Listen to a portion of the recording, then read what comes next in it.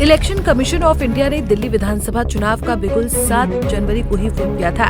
मुख्य चुनाव आयुक्त राजीव कुमार ने राष्ट्रीय राजधानी की चुनावी सरगर्मियों के बारे में एक विस्तृत प्रेस कॉन्फ्रेंस की थी। सीईसी की प्रेस कॉन्फ्रेंस के बाद दिल्ली में मुख्य राजनीतिक दल अब हरकत में नजर आ रहे हैं। आम आदमी पार्टी, भारतीय जनता पार्टी और कांग्रेस जैसे मुख्य राजनीतिक दल इस बार दिल्ली के चुनावी रण में बढ़ चढ़कर हिस्सा ले रहे हैं। इनके अलावा कुछ छोटे मोटे राजनीतिक दल भी अपनी किस्मत आजमा रहे हैं। समाजवादी पार्टी, बहुजन समाज पार्टी और टीएमसी भी इस बार दिल्ली के चुनावी रण में नजर आ रही है। दिल्ली के संदर्भ में बड़ी और मुख्य राजनीतिक पार्टियों के सामने भले ही इन छोटे मोटे राजनीतिक दलों की जीत सुनिश्चित न हो, लेकिन वोट काटने में ये बड़ी भूमिका निभा सकते हैं। दरअसल लोकसभा चुनाव के दौरान जो विपक्षी ब्लॉक इंडिया मिलकर सत्ताधारी एनडीए के खिलाफ मोर्चा खोल रहा था, आज उसी ब्लॉक की पार्टियां एक दूसरे से अलग होकर उनके खिलाफ दिल्ली विधानसभा के चुनावी रण में उतर आई हैं। दिल्ली विधानसभा चुनाव में आम आदमी पार्टी, बीजेपी और कांग्रेस के बीच मुख्य मुकाबला माना जा रहा है। आप और कांग्रेस दोनों पार्टियां विपक्षी ब्लॉक इंडिया का हिस्सा होने के बावजूद भी अलग अलग चुनाव लड़ रही हैं। इतना ही नहीं, अब खबर है कि दिल्ली चुनाव में विपक्षी ब्लॉक के सहयोगी दलों ने कांग्रेस को कतई अलग थलग कर दिया है। आपने तो पहले ही किनारा कर लिया था, अब समाजवादी पार्टी और टीएमसी ने भी कांग्रेस का हाथ छोड़ दिया है। और सबसे गजब की बात तो ये है कि इन दोनों पार्टियों ने आपको अपना समर्थन भी दे दिया है।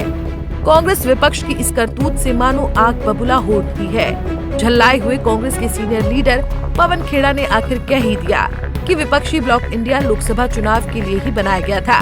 विधानसभा चुनाव में परिस्थितियों के अनुरूप निर्णय लिया जा रहा है और ये स्वीकार्यता सभी को प्रदान की गई है। दिल्ली में कांग्रेस और आम आदमी पार्टी के बीच जारी घमासान पर जम्मू कश्मीर के मुख्यमंत्री उमर अब्दुल्ला ने भी निशाना साधा है। उन्होंने कहा, अगर विपक्षी ब्लॉक इंडिया केवल लोकसभा चुनाव के लिए था, तो फिर विपक्षी ब्लॉक इंडिया को समाप्त कर देना चाहिए। दिल्ली विधानसभा चुनाव में पश्चिम बंगाल की मुख्यमंत्री ममता बनर्जी और सपा प्रमुख अखिलेश यादव ने अरविंद केजरीवाल को अपना समर्थन दे दिया है। केजरीवाल ने आपका साथ देने के लिए ममता दीदी को धन्यवाद कहा है।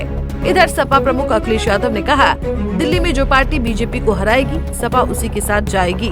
उन्होंने आगे कहा, दिल्ली में कांग्रेस का जनाधार नहीं है, मजबूत संगठन नहीं है। वैसे में सपा ने आम आदमी पार्टी को समर्थन देने का फैसला किया है। सपा और टीएमसी का केजरीवाल को समर्थन देने के बाद बिहार के पूर्व उप मुख्यमंत्री आरजेडी लीडर तेजस्वी यादव ने भी विपक्षी ब्लॉक इंडिया को लेकर बड़ा बयान दिया है। उन्होंने कहा कि विपक्षी ब्लॉक इंडिया लोकसभा चुनाव को लेकर बना था। हालांकि बिहार में कांग्रेस के साथ गठबंधन पर उन्होंने कहा, कांग्रेस उनका पुराना साथी है। तो अब सवाल ये है कि विपक्ष की मेन पार्टियां क्या कांग्रेस को मझधार में अकेला छोड़ देना चाहती हैं? वो सपा जिसने कांग्रेस के साथ मिलकर लोकसभा में यूपी में झंडे गाड़ दिए, वो अब क्यों उससे दूरी बनाने लगी है? आखिर कमी कहाँ है? क्या कांग्रेस ने अपनी हठधर्मिता का पैमाना बढ़ा दिया है? सवाल कई है। जवाबों का पता शायद 8 फरवरी के बाद लगेगा, क्योंकि दिल्ली में 5 फरवरी को मतदान है। Bureau report, Punjab Kesari TV. हमसे जुड़े रहने के लिए हमारे YouTube चैनल को सब्सक्राइब करें और नई वीडियो की नोटिफिकेशन के लिए बेल आइकॉन को दबाएं।